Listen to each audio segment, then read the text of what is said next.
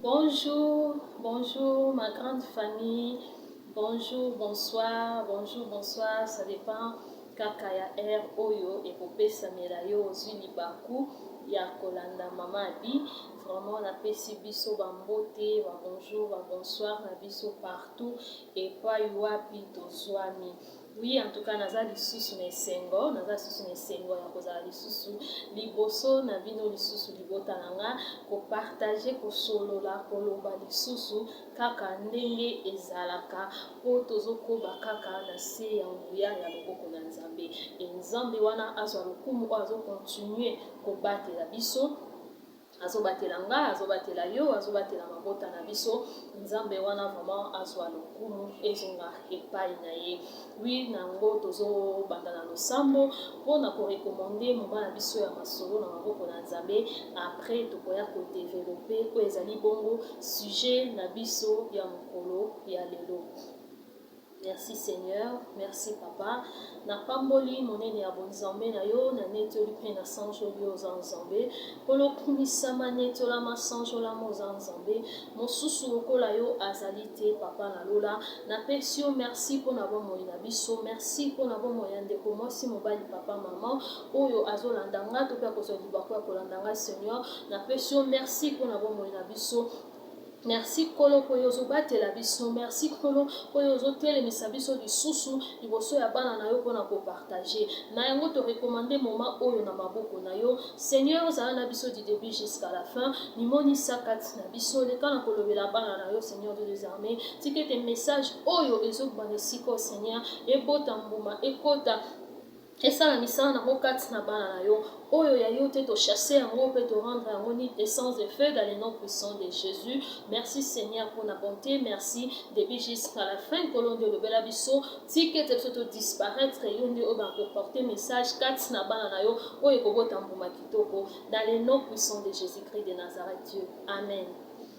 Amen, ma famille, Nzambe apambola biso, Nzambe azwa lokumu, koyeka nde aza oyo azobatela biso, azobundela biso, aosala nga na yo grâce, tant tozotelema boye tozosola boye toyoka boye. Eza na makasi na biso te, eza na makasi na biso te vraiment, eza kaka Nzambe wana oyo azokontinue na kobatela biso. Vraiment napesi merci, merci vraiment na ma grande famille, merci na baebanso oyo bazokontinue na kolanda biso, merci na bino pe oyo bozosala la partage ya bavideo na biso, bozolike, merci Nzambe alola pambola bino, e na yo pe oyo kozwa libakumba liboso ya kolanda mama abi, en tout cas na seni na yo s'abonner kaka kotala pamba te ntango olandi video oyoki ozwi pe quelque chose ata ya mokie kaka ezala malamu osabone olike osali pe partage pe mpona moke oyo ozwi bandeko mosusu pe oyo bakoyoka babénéficie nango pe bana kobénéficie nango ekozala malamu esalaka kitoko e commentaire na bino mpe eza bienvenu nazoyamba yango mpe nazosepela e Nzambe akozanga te na kopambola biso. Vraiment naza na esengo lisusu ya kozala liboso na biso lisusu na mokolo ya lelo mpona kosolola mpona kopartage kaka ndenge ezalaka. Lelo vraiment naye na sujet oyo eza très important mpona biso bamama, mpona biso basi, naye na sujet oyo eza très important oyo esengeli to développer yango o sujet oyo eloko oyo lelo eza na basi mingi bazosalela yango mais eza pe na basi mosusu mingi pe bazosalela yango te peut-être batie négligence batie makambo ebele. Naye vraiment lelo tolobela entrepreneuriat de la femme, nalingi tolobela lelo l'entrepreneuriat de la femme. Mwasi ezala mwasi oyo deja obali, ezala mwasi oyo pe nanu obali te, e mingi na basi tozoloba pena mingi na basi oyo na kati na mabala. Nalingi vraiment lelo tosolola tolobela l'entrepreneuriat de la femme. Lolenge nini mwasi okoki kosala po apporter quelque chose na kati na ndako na yo, na kati na foyer na yo. Wana nalingi tozwa na exemple ya mwasi moko toza bongo na Proverbe 31. Proverbe 31 kobana na verset 10 ti nazwi le verset 24. Proverbe chapitre 31, 10, tina 31, mais dans une homme 24. Tolobeli histoire ya mwasi oyo tolobeli yango mpe toyebi yango femme vertueuse. Mwasi oyo aza tellement na ba qualité ebele. Mwasi oyo aza tellement na ba qualité ebele, aza tellement na makambo ebele ya malamu ebele, aza tellement na makambo ebele oyo ya sala oyo lelo biso tozozwa pe exemple wana. Mwasi oyo femme vertueuse. Comme on a 10, tina 31, on a le biso ko tangi nyonso pour comprendre les sources davantage nazui le verset 24. Et pas o wapi Bible ezoloba mwasi oyo abandai ko produire ba marchandise na ye azokende ko livrer. Abandai ko soit ba marchandise na ye ba chemise ba nini azosala azokende ko livrer na bateki. Mwasi abandai koteka, mwasi oyo abandai kolamuka tongo mpona kosala misala ndako na ye, mwasi oyo mobali na ye abandai kopesa ye baeloge tellement azalaki mwasi ya bakalite ebele. Et mwasi wana parmi ces qualités azalaki mpe mwasi oyo une femme travailleuse. Azalaki mpe mwasi oyo azoya na quelque chose na kati na ndako na ye. Azalaki mwasi oyo ayebaki na ko créer espace ya autonomie na kati ya vie na ye na ndako na ye. Mwasi toza lelo basi toza ba aide, mwasi toza aide semblable, oza aide ya mobali na yo. Et en tant que aide oza wana te po o rester les bras croisés, oza wana te po maboko na o ezalaka abovandi ozelaka otieka aboye ovandi ka aboye otieka aboye ozelaka abapesa yo ozelaka abayela yo ozelaka abapia yo. Soki bayeli yo te, soki bapesi yo te, ezala pasi mpo na yo. Ozosela kaka bapesa yo. Parce que pana yo, oza na eloko oyo ozo produire te. Oza na eloko oyo yo ozo sala te. Mpona ko apporter quelque chose na kati ya ndako na yo en tant que aide. Oui, en tant que aide. Parce que babi moi ça aide. Oloba oui, na ya libala. Na zawana, je m'occupe des enfants. Na soki parana bana na lambaka, na sukola bilamba ya mobali nanga, na ki parabana, na lambela kaye, na bombisaka ndaku, c'est très bien. Félicitations. Musala ya wana ko eza nature o nzamba tie kati ya mwasi. Eza o nzamba pesi mwasi ba pas responsabilité nde tolobaka ya mwasi eza nature ya mwasi eza ndenge wana. Alors, et ça ba oh yozo sala en tant que moi si ba devoir na yo voilà. Mais en tant que aide sikoyo na ki aide oh yo zaleli. Est-ce que oza ne loko moko boye oh yo yaka nango na kati na ndaku na yo o ezo sala ke ezo combler ba vide moko boye ezo bakisa ezo zipa ba vide moko boye o ezo sala ke makambo malamu eza komonana makambo malamu ezo bakisama po na oyo zoya nango.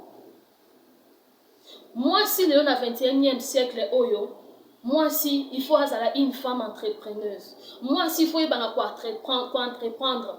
Moi si il faut créer espace na oyo autonomie. Faut azala une femme autonome. Ozaki soko telemi ata mobali azate. Atoza yo moko na ndaku na bana likambo ko ata mobali azate. Oza capable ya ko régler yango. Oza capable ya ko sala yango. Oza capable ya ko remplir ba devoir moko boye. Oyebi omoni pe ke non otelemi po oza aide. Osali o fa ki osala na absence topé na présence ya mobali na yo. Na présence ya mobali na yo. Eza na mibali mususu lelo oui balinga basi na bango basala te. Ba raison ebele. Mais eza pe na mibali mususu azana exigeante atiki mwasi asala asepanui ayeba ndenge akosala mais en condition que yo moko mwasi faut miyeba faut mipesa respect kati na yo parce que lelo tokoma koyoka basi oyo batekaka basi oyo bakotaka bazandu basi oyo basalaka basi oyo bavoyageaka bakendaka bavoyage baza basi se laisser faire trop donc basa basi moko ba moins sérieuse boye kosala boza mwasi nyonso te parce que tout dépend aussi de l'éducation. Donc mutu oyo aza très bien éduqué, mutu oyo azwi éducation ya malamu, mutu oyo aza très bien formé, et surtout na mwasi oyo azo comprendre réellement qui elle est, et surtout na mwasi oyo azoyeba ke nazosala oyo mpona koapporter quelque chose na ndako na nga parce que naza aide. Je ne peux pas rester comme ça, croiser les bras sans rien faire. Nati que la carte mobile nanga de A à Z. Et je ne peux pas rester comme ça et n'a dépendre toujours dans mobile nanga à 100%. Et je dis bien à 100%. Donc cela veut dire que moi si oyo, ce qui mobile a zuité, ozanga même na sous-vêtements. Et ozanga na soutien penza na ngote. Donc ose la penza mobile ya pia e kaka pour tellement que ne ressemble même sous-vêtements ni moko pour tellement que ne ressemble même soutien. Alors avant d'appeler papa na so ba soutien te ba soutien na so baby na so na ba sous-vêtements te faut pesa ambo na so ba sous-vêtements. Ce que ceux qui déjà senga biloko ndenge na boso to bito banana suki tina c'est que to boss to tika. C'est que to tika, c'est que moi si ndenge wana. Moi si ndenge wana est-ce que vraiment ça aide? Est-ce que ça aide? Tous on a un exemple dans il y a ba maçon tomba tonganda. Au mona ke ba tonga ba aide maçon sana bango ezarani. Azawa nazo simba pao, zelo atie ma mai kauki, mai za sute akimi mba ona kantine ena mai Q. Sima wana fo baksa yi wana kia fongo lisaka sima, aya remplir sima. Oh boy zelo apembe, akia zui pousse, atondi si zelo apembe, aya na zelo apembe. Yango wana Bible même je biso que nature même ils ont enseigné bisoté. Donc pour nous mona que tant que on a déjà biloko wana yé aide maçon et bon si konga on a ça aide semblable. Qu'est-ce que je peux faire pour apporter quelque chose dans ma famille? Pour na ko memelo comment qu'on a vie à mobali na ya bana nanga.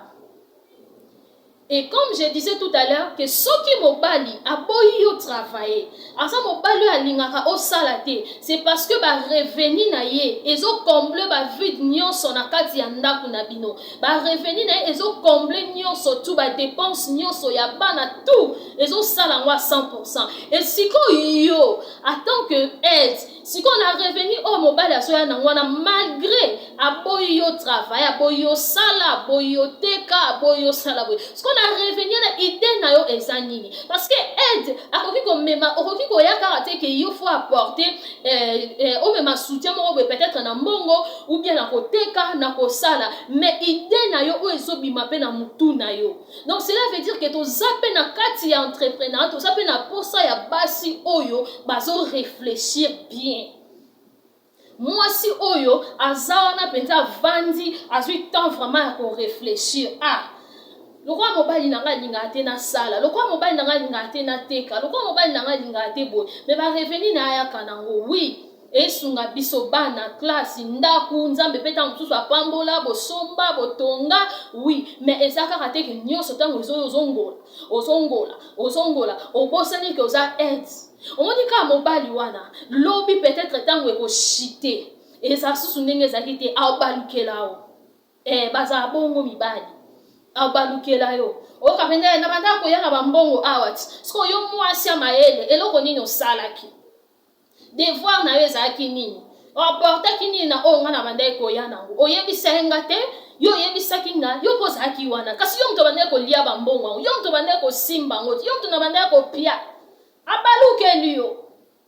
abalukeli yo mais soko oza mwasi oyo areflechisaka mwasi oyo ayebi koreflechir mwasi oyo avandisi mpe avandisa maele avandisa baide avandisi mpenza cerveau na ye mwasi oyo motu ezotourne malamu ezosala comme il faut okoapporter quelque chose ide na yo wana eye na bénéfice malgré ovandino na ndako malgré ovandino na ndako mobala boyo te kosala mais ozo apporter baide oyo ezoya na ba bénéfice ebele kaka na revenu oyo mobali na yo azoya nango kaka na revenu oyo mobali na yo azoya nango elelo basi ebele bazo souffrir à cause de ça. Pour la nini po a dépendre ka 100% na mobali Tant sous son moi sur tiara manzaka, l'ingati ata manzaka, bon, eh, chérie, bien à $20 qu'on a qui était ça ta manzaka. Manzaka, il y a bien à $20 qui était manzaka, manzaka, on peut se voter à combien d'éviter. Mais ça m'a sauvé $10 qui était manzaka. Eh, dans ça, quand on a mis au TP Sanga, moi, c'est mon sous-sous, aux hommes, on a pu le comme sous-sous, senga, oh, à quoi même pas qu'au senga mobile. Aza mobile, na yo, oui, et ça, devoir, na yo, oui. Mais osa aide tant mon sous pe après ça ka pe mbongo mais tant oui après ça ko mbongo wana pe façon na pe osale la hango eza ekito côté même yo moko eso sunga osuti tant sous mo ba après ça ki mbongo 3 jours 5 jours passé une semaine mais yo après yango oye okomi na ko senga ye babilo ka mike wana okomi na ko senga babilo ka mike wana musu sa pe ça na yo sans problème mais kati nya mutu kati na ye akomi lobe yango mwasio ako parate yango mwasio haba ako gérer parce que mwasi oyo aza aide aza mwasi oyo il faut eba pe ko gérer il faut oya na ba idée ba initiative ya malamu obi ke Ahmad na sala na ngate mais na bi ke mba na nga sala aya na moi 100 francs donc na moi 100 francs na faut to profiter nango to profiter nango to profiter nango ndengeni donc maele na nga mutu na nga fait sala malgré na vandi na nga boye na ndaku na vandi alinte na sala mais faut na binisa ba idée moko boye oyo eko produit ba idée moko boye oyo eko bota toza elo to mona basi ba konzi omona pena mobali ne penza mukonzi penza mais oyoka eloko oboye ya mwasi intel ya mukonzi intel ya mwasi intel ya mukonzi intel ya ye tout ça pourquoi pour azolinga ayebali pour azo sala que a multiplier les sous davantage oyo bazana ngo déjà a multiplier yango susu a fortifier yango lisusu po akoko loba na bon après nyonso mobali nanga za nango na eloko sala te na fa na mpona biki esopana na lokwa mbula mais avant ya bite malgré zo sopana ezo ya ebimaka donc tangu nani sorti ezo zala faut entrer pesa entrer zo ya nango koto na musala sale bongo siko côté nanga bongo siko koto a ezala kaka entrer ngape nazo bimisa sorti ezo zala siko entrer côté nanga ezani azuma ele nakao c'est que faut na ça fona fongolisa boye fona tonga boye fona somba boye fona sala boye e ba ko fortifier lisusu e ba lisusu na ko multiplier lisusu ya oyo tozana ngo ya oyo ezoya lelo mwasi ya 21e siècle aza mwasi avanda ko kanga maboko te mama nanga to kanga maboko papa boya yo sala pona ba raison songolo na pakala ata boya na ye ataka ayebisa ovana ndako mais au moins sala wana pona ko utiliser ta cerveau na yo utiliser mutu na yo utiliser bena oya yo nzamba pesi yo nzamba lobi oza aide tala mwasi oyo kutu ya bible oyo mwasi oyo femme vertueuse ata mwasi azo sala misala ndako na zo bongisa ata mwasi malamu aza bite na osuka ka boyete fona sani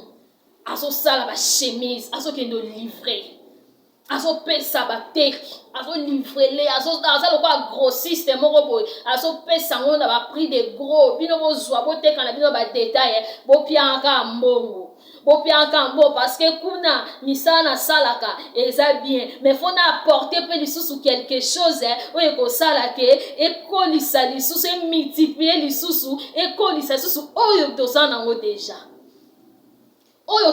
déjà faut mata lisusu mwasi oyo ayebaki na kosala biloko na ye azokendo livrer ezala ba commerce mosusu mpe mobali na yo akoko boya na motali lie otali entourage otali environnement obi ne siko naza bwata na odeplace nanga te nakosala commerce mo bwata na porte ya ndako nakokosala te eloko boye elelo na moya lelo donc entrepreneuriat ezokipe te mwasi oni eza na baran social nyonso na mwasi oyo atangi na mwasi oyo atangi te parce que lelo baformation ekoma tellement ebele partout dans le monde au moins la formation et partout c'est quand on formation vous allez après formation son na yekoli na yekola nini peut-être na yekola ko sala savon ce qu'on son na yekoli ko sala savon est-ce que savon wana et na otika na raté na ndo sa savon na ngana osani ni na otekango Non, te ka savon nanga ata na 10 dollars, ata na 5 dollars, non, te ka savon nanga na 20 dollars, donc son a te ki ata 10, non, zanga ata 100 dollars. C'est ça. Et 100 dollars nanga wana. Donc, na 100 dollars nanga, ce qu'on faut na sani, ne parce qu'on peut gérer. Parce qu'une femme entrepreneuse, foyer va pas gérer. Parce que tant que vous avez gérer, ah ben pour na yo, on a ozo zwawana, donc les arabes pour se faire belle. Oui, fais-toi belle. Fais-toi belle tant que vous avez zo pesa médaille, fais-toi belle. Mais yeba sikoyo, nazo sala boy. Ezo bimano, ce qu'on fait zonga pe, ce qu'on fait na sala pe quelque chose. Ba fin de l'année en auto koti, et ça ba temps au pe ba couple belle kota na ba problème hein. Et quand on a un problème, parce que bana bazana bana pour ça balata na fête à Noël, bana pour ça balata na fête à Nouvel An, si comme maman pe alela pe chacho. Tellement yo po linga na oko lata, donc au mona que nga pe fona lata bana pe po balata. Si ko likona ngo o sala eloti. Donc nyonso wana ezo ngaka na mutu ya papa. Tant siko côté ya papa pe tant mususu moi ralenti moko boye ezali zo pesa penda te trouble koti na kati ya ndako. Banana singa kio, bonane angoyo, sikoyo, biso toko lata te, biso toko sala boete, biso toko zongisa boete. Oh, soko za mwasi oyo, ayebi na kwa, mwasi une femme entrepreneuse, osala que quelque chose, oza mwasi o créer espace na autonomie, oza mwasi o yebi ke awa na soka moi 100 francs nanga, o sala babilo ko mususu kutu sans que mobali aya. On s'est débarrassé de la comme ça, on sali, on a apporté quelque chose. Attends, on a ta charge à bana, on sali à ta boy. Et ça m'a tête, ça fait du bien. Parce que même mon bal, on va vendre à penza à tali abi, nazo penza aide. Nazo vraiment na aide, penza katinanga. Nazo vraiment moi si oyo asungahanga. Mi bal les a devoir na bango. Les a devoir na bango faut basal. Mais na mokili ya lelo ti.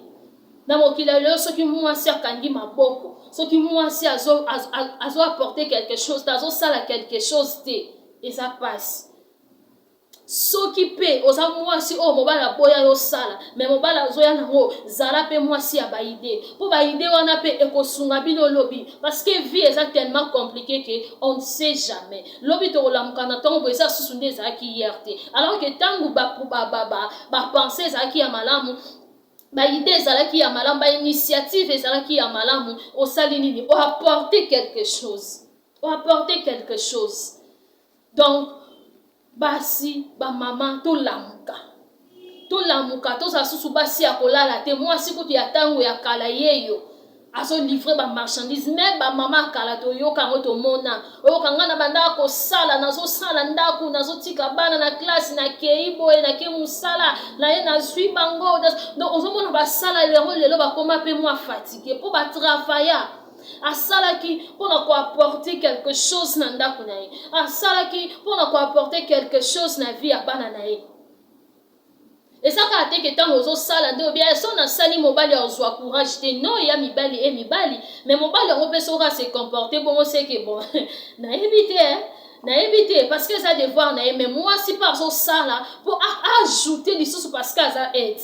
Et ça que ceux qui obi que nga son na sali mobali a comme faible mobali te tout na posa baso comprendre baso baza ya kolamuka na 21e siècle baso comprendre makambo ebele baso bazo lamuka. Donc tout ça na posa ya mwasi wana mwasi ayebi ke na ovanda na okanga maboko te mwasi ayebi ke soki na yena ke pourtant ozosala bongo oza pe na famille oya libala oza pe na famille le lobi famille na ope etele ma famille pe esala bongo yo osala.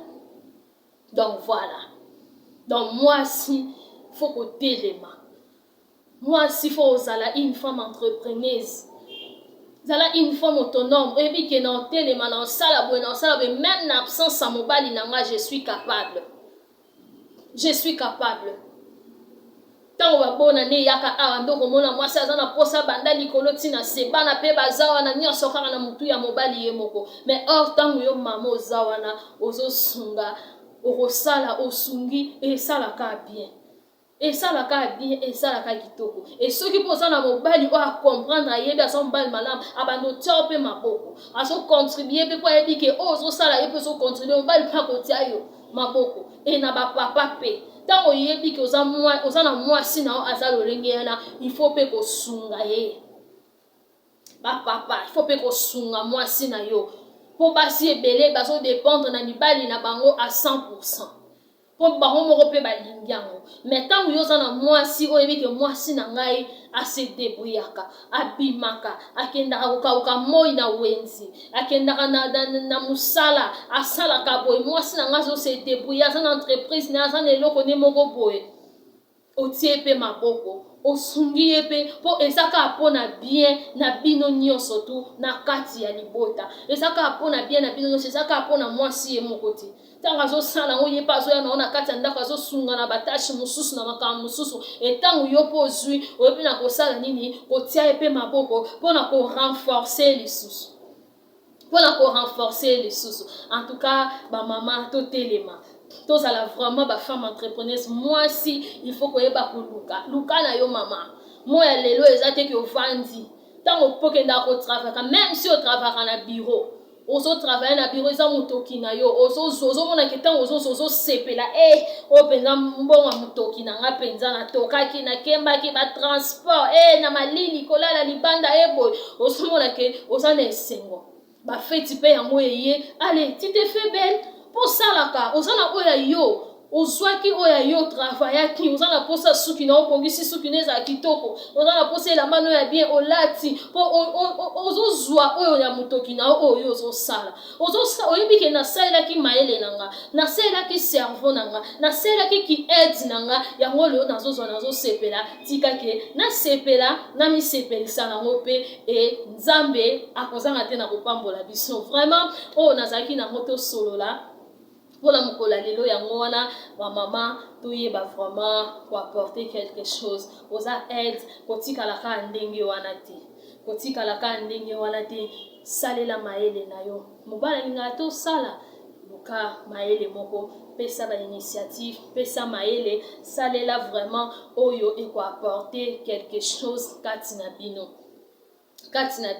et tango po salaka renforcer les sources en tout cas n'encourager ba femme entrepreneurs nyonso surtout n'encourager bino vraiment ba femme ni basi nyonso balamka tongo bakenda ko luka bakenda ko sala basi nyonso bazo se battre en tout cas nzambe atia bino maboko nzambe atika bino te a continuer na kopambola bino nzambe afongola lisusu ba porte pe asaela bino lisusu yebele ya mingi ya kokamwa et faut qu'on se battre faut qu'on luka to la daka exemple maman biso wana so to tangi vraiment proverbe 31 10 à 31 to comprendre dans biso bien et ça la bien et nzamba lola apambola biso ngala bino to kutani prochainement pour na sujet na biso mususu o to koyeba biso na ko développer que le Seigneur vous bénisse abondamment. Merci beaucoup.